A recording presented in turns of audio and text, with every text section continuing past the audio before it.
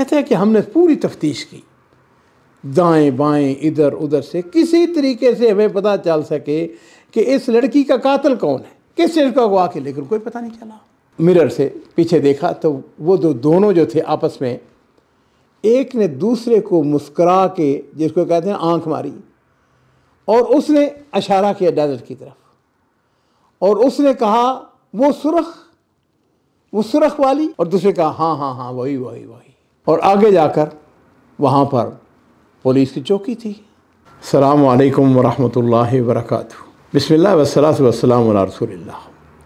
मुअज़्ज़ज़ नाज़रीन किराम, आपकी ज़िंदगी में बहुत सारे ऐसे वाक़यात आए होंगे या आपने सुने होंगे जिनको आप भूल नहीं सकते। हस्ब साबक इस किस्से का जो रावी है हमारे दोस्त अबू अब्दुल अज़ीज़, वो कहते हैं कि मेरा एक दोस्त वो पुलिस में शुरते में काम करता था और सर्जेंट के ओहदे से रिटायर हुआ। वो कहता है कि 25 साल पहले की बात है कि हमें किसी राई और गनम यानी बकरियों के जो चराने वाले हैं उन्होंने इतला दी। उन्होंने कहा कि जी सहरा के अंदर, डेजर्ट के अंदर एक औरत का जुस्सा है। कहता है फौरी तौर पर हम वहाँ पर पहुँच गए। हमने देखा कि 22 साल की लड़की है तकरीबन, और उसकी हालत अच्छी नहीं है। उसको कत्ल किया गया था। उसका जिस वक़्त हमने माना किया तो उसके जो दाखिली जो उसके मुलाबस थे वो सुर्ख रंग के थे। बहरहाल पता चला कि ये लड़की है अगवा की गई है, और उसके वालिदैन ने पुलिस में बाकायदा रिपोर्ट दर्ज करवाई हुई थी। बहरहाल मुख्तसर बात जो है वो ये है, कहते हैं कि हमने पूरी तफ्तीश की, दाएं बाएं इधर उधर से, किसी तरीके से हमें पता चल सके कि इस लड़की का कातिल कौन है, किस चीज़ को अगवा के, लेकिन कोई पता नहीं चला। वो तफ्तीश करते रहे लेकिन कुछ नहीं पता चला। वो कहता है कि मैं खोज लगाने वाला था या तफ्तीश करने वाला था, उसका मैं ज़िम्मेदार था, कुछ नहीं पता चला। कहता है कि हमने फिर कागज़ों के अंदर लिख लिया कि ये मजहूल, पता नहीं कि इसके कौन किसने कत्ल किया, नहीं पता चल सका। और नाज़रीन कराम, इस बात को 25 साल गुजर गए। कहता है कि मैंने 5 साल के बाद मैंने शुरता से इस्तीफ़ा दे दिया, मैंने वहाँ से पेंशन ले ली या वैसे मैंने, बहरहाल कहता है मैंने कुछ अपना कारोबार शुरू कर दिया। कारोबार भी ना चल सका तो फिर मैंने क्या किया, मैंने टैक्सी चलानी शुरू कर दी। लो जी, उस सूरत हाल जो थी वो ये थी कि मैं रियाद से मदीना तक टैक्सी चलाता। 2 आदमी आए, उन्होंने कहा जी कि हमने जाना है। मैंने कहा बिस्मिल्लाह बैठ जाओ।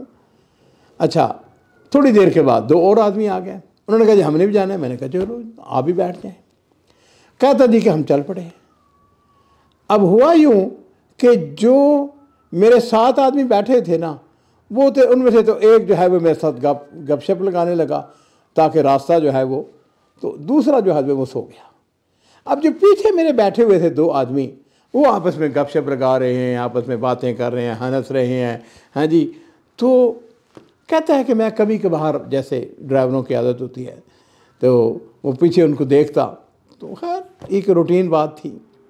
कहते सफ़र करते करते करते हम उस जगह पे पहुँचे जिस जगह 25 साल पहले वो जुस्सा हमें मिला था, सहरा के अंदर।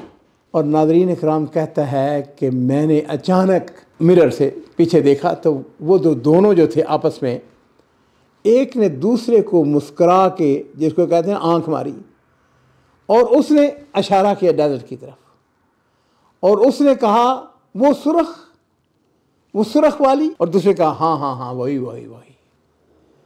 वो कहता है कि चूँकि मैं 25 साल पहले इस मरहले से गुज़र चुका था और मुझे याद था कि वो ख़ातून जिसका जुस्सा हमें मिला था उसके जो मलाबस दाखिली थे वो सुर्ख रंग के थे। कहते मैंने उनको बिल्कुल ज़ाहिर नहीं होने दिया, लेकिन मेरे जहन में मैंने उनकी शक्ल व सूरत तो देखा तो वो अच्छी शक्ल व सूरत के मालिक नहीं थे। पता चल रहा था कि मुजरिम किस्म के लोग हैं। कहता गाड़ी चलती रही और आगे जाकर वहाँ पर पुलिस की चौकी थी। कहते हैं मैंने उसे कहा साथियों मेरा यहाँ पे एक चचादाद भाई है, यहाँ पे काम करता है, मैंने बहाना बनाया, तो मैं ज़रा उससे मुलाकात करना चाहता हूँ, मैं ज़रा गाड़ी को थोड़ी देर के लिए रोकता हूँ। उन्होंने कहा ठीक है। कहते मैं गाड़ी से नीचे उतरा और एहतियातन मैंने गाड़ी की चाबी निकाल के अपनी जेब में डाल ली। अच्छा जी, मैं अंदर गया। जो पुलिस अफसर था, उस चौकी का इंचार्ज था, उसको मैंने जाके अपना तारुफ कराया। मैंने कहा कि मैं आज से 25 साल पहले पुलिस में था, पूरा वाक़या बताया कि इस तरीक़ा से एक दोशीज़ा की हमें लाश मिली थी जो मजहूल, पता ही नहीं चला कि उसके मुजरम कातिल कौन है, लेकिन उसका मलाबस दाखिली जो थे वो सुर्ख रंग के थे।